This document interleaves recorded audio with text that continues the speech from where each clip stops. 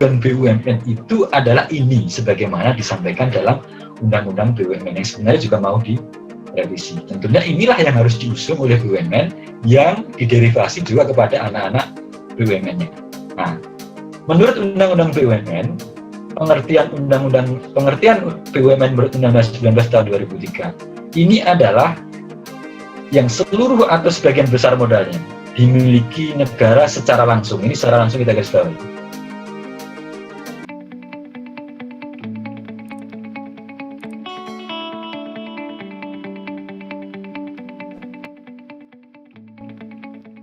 Pak Johan Namaban, terima kasih banyak atas pemaparan ataupun pemikiran-pemikiran serta apa yang terjadi di PT Timah Industri saat ini.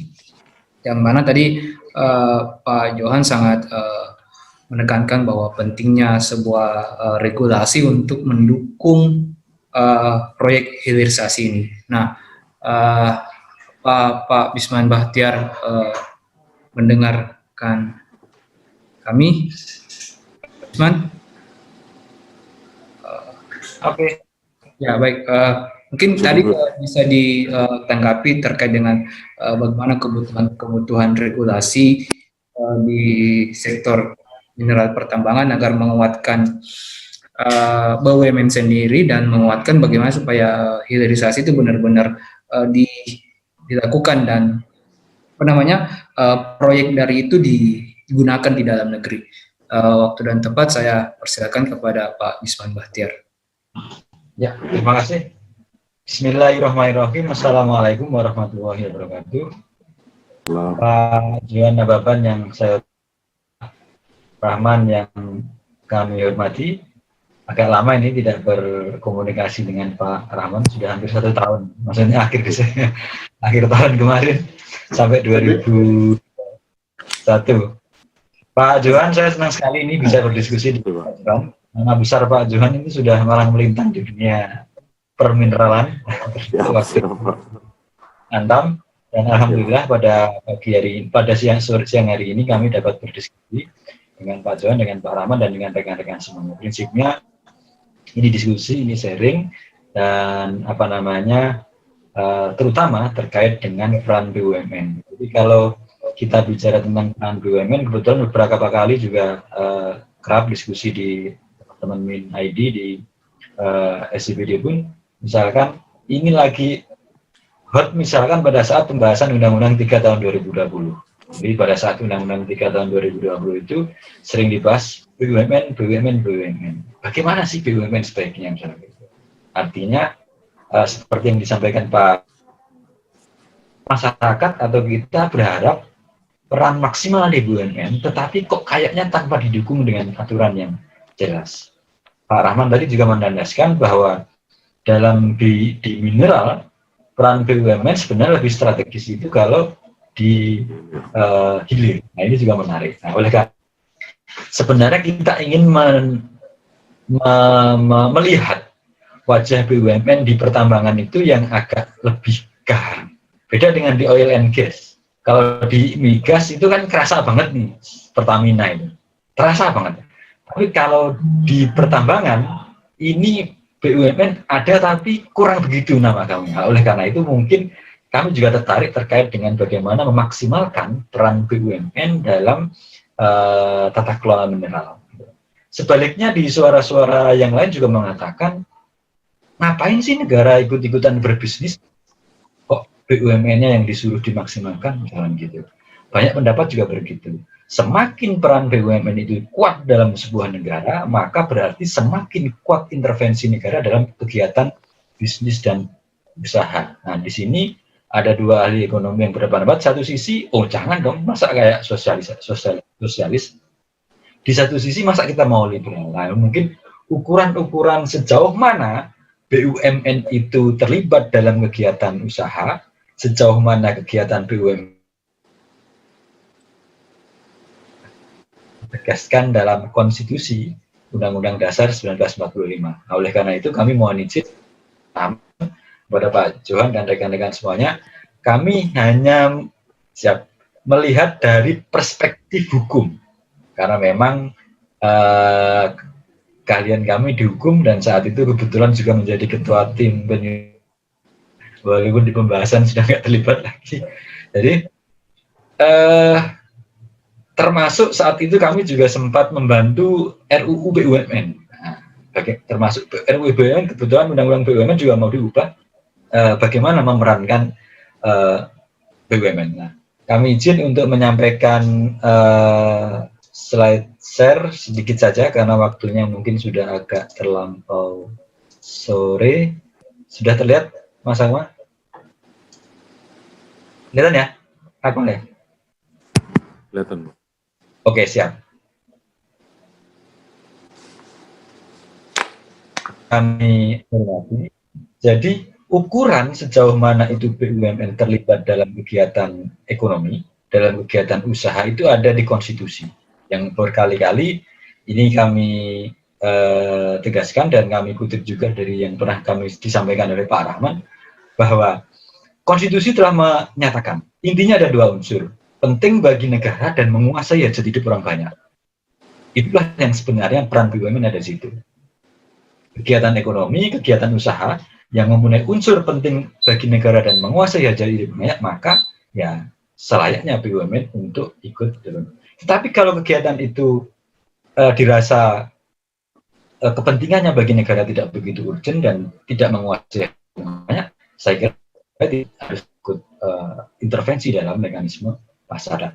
Ukuran penting bagi negara dan menguasai hajat hidup orang banyak itu, menurut Profesor Jimli Asidiki, sangat kondisional. Artinya pada tahun 60, pada Orde Baru dan pada sekarang itu juga bisa berbeda-beda. Nah, ini yang mungkin juga perlu disampaikan. Yang kedua, oke, itu kalau dari sektor-sektor yang lain. Di pasal 33 ayat 3 ini menegaskan bahwa khusus bumi, air, dan kekayaan alam yang terkandung di dalamnya itu dikuasai oleh negara.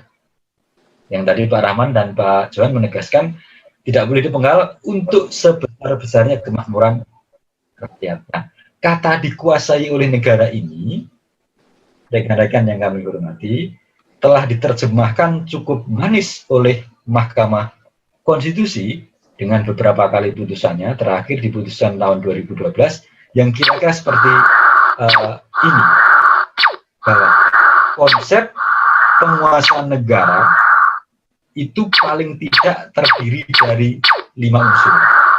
Yang pertama adalah pengelolaan. Pengelolaan itu adalah artinya ini, melakukan penguasaan secara langsung itu kepemilikan saham atau memiliki secara Yang kedua adalah keterlibatan langsung dalam manajemen. Yang kedua itu kebijakan atau delay. Kebijakan itu kemampuan negara untuk mengartikulasikan kehendaknya. Negara untuk memberikan izin atau tidak memberikan izin, itu pengurusan. Yang keempat, pengaturan. Pengaturan itu kemampuan negara untuk membuat regulasi dan legislasi. Legislasi undang-undang. Regulasi itu adalah peraturan perundang-undangan atau peraturan di bawah undang-undang, peraturan pelaksanaan. Yang kelima adalah pengawasan. Kemampuan negara untuk memastikan bahwa suatu kegiatan itu sesuai dengan peraturan dan sesuai dengan tujuannya. Nah, 5 unsur ini oleh Mahkamah Konstitusi dipesankan mempunyai unsur yang akumulatif. Artinya akumulatif. Harus bersama-sama. Kalau tidak bersama-sama, paling tidak menurut Mahkamah Konstitusi, sebagaimana saya kutip bahwa ini, bentuk penguasaan negara peringkat pertama, negara melakukan pengelolaan secara langsung. Pengelolaan secara langsung itu pemilikan saham dan atau keterlibatan dalam manajemen. Tapi jangan lupa, harus ini diorientasikan sebesar-besarnya kemakmuran rakyat. Nah, ini yang kita nanti akan menginjak kepada eksistensi BUMN itu. Jadi karena pengelolaan secara langsung atau ini, maka Mahkamah Konstitusi lebih lanjut dalam pertimbangan hukumnya, kami ingin sedikit membacakan saja, ini pendapat Mahkamah Konstitusi, sepanjang negara memiliki kemampuan baik modal, teknologi, dan manajemen dalam pengelolaan sumber daya alam, maka negara harus memilih untuk pengelolaan secara langsung atas sumber daya alam. Dan dipastikan timah itu adalah sumber daya alam. Dengan pengelolaan secara langsung, dipastikan seluruh hasil dan keuntungan diperoleh akan masuk menjadi keuntungan negara yang secara tidak langsung akan membawa manfaat yang lebih besar bagi rakyat. Pengelolaan langsung yang dimaksud di sini, baik dalam bentuk pengelolaan secara langsung oleh negara, organ negara, atau melalui badan usaha milik negara. Nah, inilah pendapat Mahkamah Konstitusi dalam putusannya. Artinya sebenarnya Mahkamah Konstitusi sudah memberikan koridor bahwa untuk sumber daya alam, termasuk di dalamnya adalah pertambangan, semestinya dilakukan pilihan dengan melakukan pengelolaan secara arti langsung. Tadi ada dua. Satu, kepemilikan keperdataan, dalam artian berarti kepemilikan terlibat secara langsung dalam manajemen atau pengelolaan. Nah, ini yang diartikan oleh Mahkamah Konstitusi. Dari sini sebenarnya sudah bisa menjadi indikator apakah yang terjadi sekarang ini sesuai atau tidak sesuai dengan konstitusi. Selaras atau tidak selaras dengan Undang-Undang Dasar 1945. Kami lanjutkan. Bapak Ibu yang kami hormati, nah, menurut Undang-Undang BUMN, jadi pertama, memberikan sumbangan bagi perkembangan perekonomian, tentunya ini dengan mengejar keuntungan, ini berarti negara ikut berbisnis. Artinya apa? BUMN memang tidak boleh rugi, tetapi selain itu BUMN juga punya fungsi sosial atau yang disebut dengan PSO, Public Service Obligation. Yang ketiga, menyelenggarakan kemanfaatan umum. Yang keempat, menjadi perintis kegiatan-kegiatan usaha, termasuk mungkin di timah industri dan kegiatan usaha yang hilir yang luar biasa. Yang kelima adalah turut aktif memberikan bimbingan dan bantuan kepada ekonomi lemah, koperasi, dan masyarakat. Nah, sebenarnya maksud dan tujuan BUMN itu adalah ini, sebagaimana disampaikan dalam Undang-Undang BUMN yang sebenarnya juga mau direvisi. Tentunya inilah yang harus diusung oleh BUMN yang diderivasi juga kepada anak-anak BUMN-nya. Nah, menurut Undang-Undang BUMN, pengertian BUMN menurut Undang-Undang 19 tahun 2003 ini adalah yang seluruh atau sebagian besar modalnya dimiliki negara secara langsung. Ini secara langsung kita garis bawahi. Artinya ya 50% lebih harus dimiliki negara, itu adalah BUMN. Nah, dalam RUU BUMN ini sebagai informasi saya karena belum ditetapkan, pengertian BUMN akan berubah. Yang sebagian besarnya dimiliki oleh negara melalui penyertaan langsung maupun tidak langsung. Nah, tidak langsung ini bisa jadi juga melalui BUMN. Dari sini bisa jadi anak BUMN bisa dimaknai juga sebagai BUMN yang berasal dari APBN serta yang berasal dari non-APBN. Jadi misalkan sebuah perusahaan yang didivestasi berasal dari keuangan BUMN, bukan dari BUMN, yang merupakan kaya negara yang dipisahkan. Lah.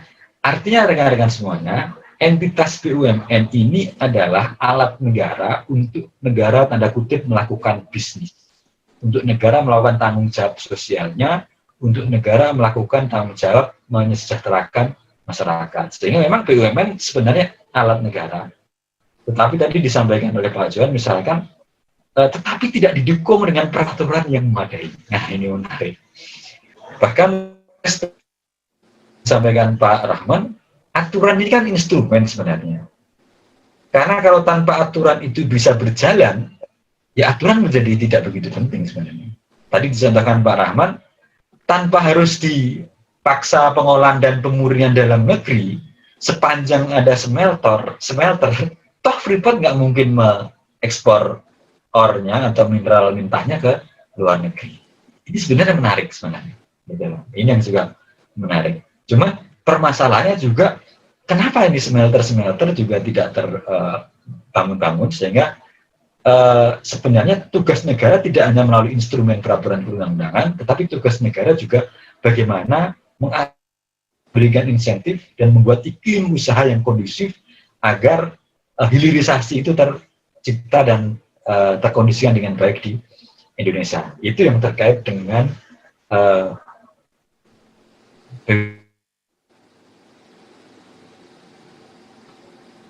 ini kami hanya singgung sedikit tentang kekayaan BUMN. Kami hanya ingin menyampaikan bahwa kekayaan BUMN itu sama dengan keuangan negara. Artinya kekayaan BUMN itu adalah kekayaan negara.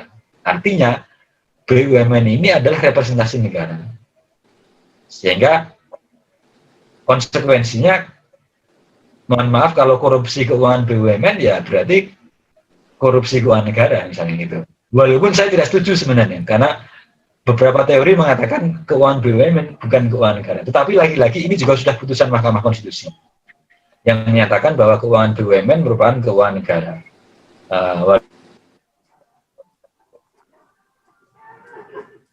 Mau tidak mau juga tidak suka ya. Konstitusi sudah mengatakan demikian. Kita masuk kepada peraturan atau Undang-Undang Nomor 3 Tahun 2030. Kita akan tengok sebentar seberapa berpihakkah Undang-Undang 3 Tahun 2020 itu terhadap eksistensi BUMN. Jadi BUMN disebut beberapa kali dalam Undang-Undang 3 Tahun 2020, misalkan pasal 17B, ini penyebutan pertama. Menteri dapat memberikan penugasan kepada lembaga riset negara, BUMN, badan usaha milik daerah, atau badan usaha untuk melakukan penyelidikan dan seterusnya. Yang ingin saya katakan, pertama, kata dapat dalam bahasa hukum itu tidak berarti imperatif. Artinya, ya kalau pemerintah tidak memberikan penugasan juga nggak apa-apa. Yang kedua, ada BUMN, ada BUMD, ada badan usaha. Badan usaha itu maksudnya badan usaha swasta. Artinya dalam konteks ini, dalam norma dalam peraturan 17B ini, tidak ada keistimewaan apapun bagi BUMN. Jadi BUMN usaha swasta. Jadi dari pasal ini kita tidak menemukan privilege atau keistimewaan bagi BUMN. Kita tilik pasal yang lain berikutnya. Di pasal 40 ini yang kelihatan ada keistimewaan. Karena apa? Karena pemegang IUP itu dapat memiliki lebih dari satu IUP dan atau IUPK. Nah, ketentuan ini berlaku bagi BUMN. Kalau ini harus diakui bahwa memang ini privilege keistimewaan yang dimiliki oleh BUMN tetapi tidak dimiliki oleh badan usaha yang lain. Satu, berarti mendapatkan satu keistimewaan. Yang kedua, berikutnya, di pasal 75, misalkan, UPK sebagaimana dimaksud pada ayat 1 dapat diberikan kepada BUMN, BUMD, atau badan usaha. Dari ayat ini mengatakan bahwa sebenarnya tidak ada keistimewaan bagi BUMN. Karena apa? Karena BUMN, BUMD, badan usaha swasta sama. Itu untuk mendapatkan UPK. Nah, sehingga UPK boleh diberikan kepada siapa saja. Makanya waktu itu juga banyak yang berteriak, kenapa misalkan PKP 2B pasca berakhirnya kontrak kok tidak diserahkan kepada BUMN ada kontrak. Ayat yang ketiga ini bagus, tidak dapat diimplementasikan dengan baik apabila tidak konsisten. BUMN dan badan usaha milik daerah sebagaimana dimaksud ayat 2 mendapatkan prioritas ini bukan bahasa hukum, sehingga tafsirannya bisa macam-macam. Ya saya prioritaskan, tapi setelah diprioritaskan tidak mau, akhirnya ya lewat juga. Nah ininya. Tetapi kalau langsung kalimat imperatif mendapatkan IUPK misalnya, ya, berarti langsung untuk IUPK dalam. Tapi ini hanya mendapat prioritas. Bisa jadi dengan prioritas ini ada persyaratan-persyaratan tertentu yang memungkinkan, ternyata tidak. Karena prioritas ini maknanya bagus, sangat indah, tetapi implementasinya sangat multi tafsir. Karena prioritas ini bukan bahasa hukum yang punya. Yang berikutnya di pasal 12, ini juga keistimewaan bagi BUMN, tetapi tidak istimewa. Tadi disampaikan Pak Rahman juga terkait dengan divestasi. Badan usaha pemegang IUPW pada tahap kegiatan produk sahamnya wajib melakukan divestasi secara berjenjang yang dilakukan kepada pemerintah pusat, pemerintah daerah. Jadi badan usaha asing atau yang sahamnya dimiliki oleh asing itu eh, wajib suatu ketika dimiliki oleh negara atau oleh BUMN sebesar 50% lebih. Yang tadi disampaikan oleh Pak Rahman, misalkan ngapain capek-capek beli Freeport 82 triliun misalkan, walau sebenarnya bisa untuk dengan yang lain misalkan. Itu kami juga sangat sependapat. Sehingga investasi ini mestinya harus kita divestasi juga belum tentu menguntungkan, gitu loh. Karena divestasi ini kan beli saham, beli itu dengan uang, artinya effort atau modal yang dikeluarkan untuk membeli saham kan juga tinggi. Padahal pada perkembangannya juga belum tentu menguntungkan. Nah, oleh karena itu divestasi kepada BUMN ini satu sisi bermakna positif, di sisi yang lain juga belum tentu positif karena masih memungkinkan adanya keuntungan, tetapi juga sebaliknya masih memungkinkan adanya kerugian. Yang berikutnya sebelum berakhir, Bapak Ibu yang kami hormati, ini juga merupakan relatif BUMN, WUP atau WUPK yang IUP atau IPK berakhir sebagai manfaat 1, ini dikembalikan kepada Menteri maksudnya, ditawarkan kepada BUMN, BUMD, badan usaha swasta, koperasi atau perorangan melalui mekanisme keundangan. Artinya begini, izin-izin usaha pertambangan yang telah habis itu kepada Menteri. Nah, Menteri nanti dapat menawarkan kepada BUMN, hey BUMN, apakah kamu bersedia mengelola ini, misalkan, kalau bersedia dan sanggup bisa diambil BUMN, tapi kalau tidak mungkin diserahkan dengan yang lain. Nah, ini juga salah satu yang baik bagi BUMN. Yang terakhir selesai. Nah, Bapak Ibu yang kami hormati, dari sini sebenarnya BUMN tidak banyak. Misalkan ini kan menunggu IUP berakhir, kapan? Masih berapa tahun, puluh tahun lagi misalnya, kan masih lama, apalagi masih bisa diperpanjang, gitu loh. Nah, oleh karena itu dari kesimpulan yang saya sampaikan, sebenarnya kami berpandangan bahwa Undang-Undang 3 tahun 2020 itu tidak memberikan keistimewaan, tidak memberikan penguatan kepada BUMN di bidang mineral. Sehingga seakan-akan BUMN harus bertarung dengan badan usaha swasta lain. Divestasi, iya, tapi tidak seberapa itu kewenangan. Terus terkait dengan tadi, prioritas juga tidak begitu. Nah, oleh karena itu, Bapak Ibu semuanya, kami berharap bahwa saat ini pemerintah masih menyusun RPP, 3 rancangan peraturan pemerintah. Harap masih ada ruang dan celah agar BUMN diberikan ruang yang cukup dan ruang yang luas agar lebih mempunyai eksistensi dan peran lebih besar untuk pengelolaan pertambangan di hilir. Dan kami tahu mungkin ada MMII di MinID yang juga lagi banyak menggarap program-program strategis terkait dengan hilirisasi mineral. Sebenarnya kami berharap nanti MinID atau Inalum, dan saya kira Pak Johan juga yang bagian dari holding BUMN nanti bisa peran dan berkiprah lebih maksimal dalam tata kelola pertambangan khususnya di hilir. Demikian Bapak Ibu yang kami sampaikan. Sudah jam 3 kami sampaikan terima kasih atas perhatiannya. Kami kembalikan kepada Pak Moderator. Terima kasih. Baik, terima kasih yang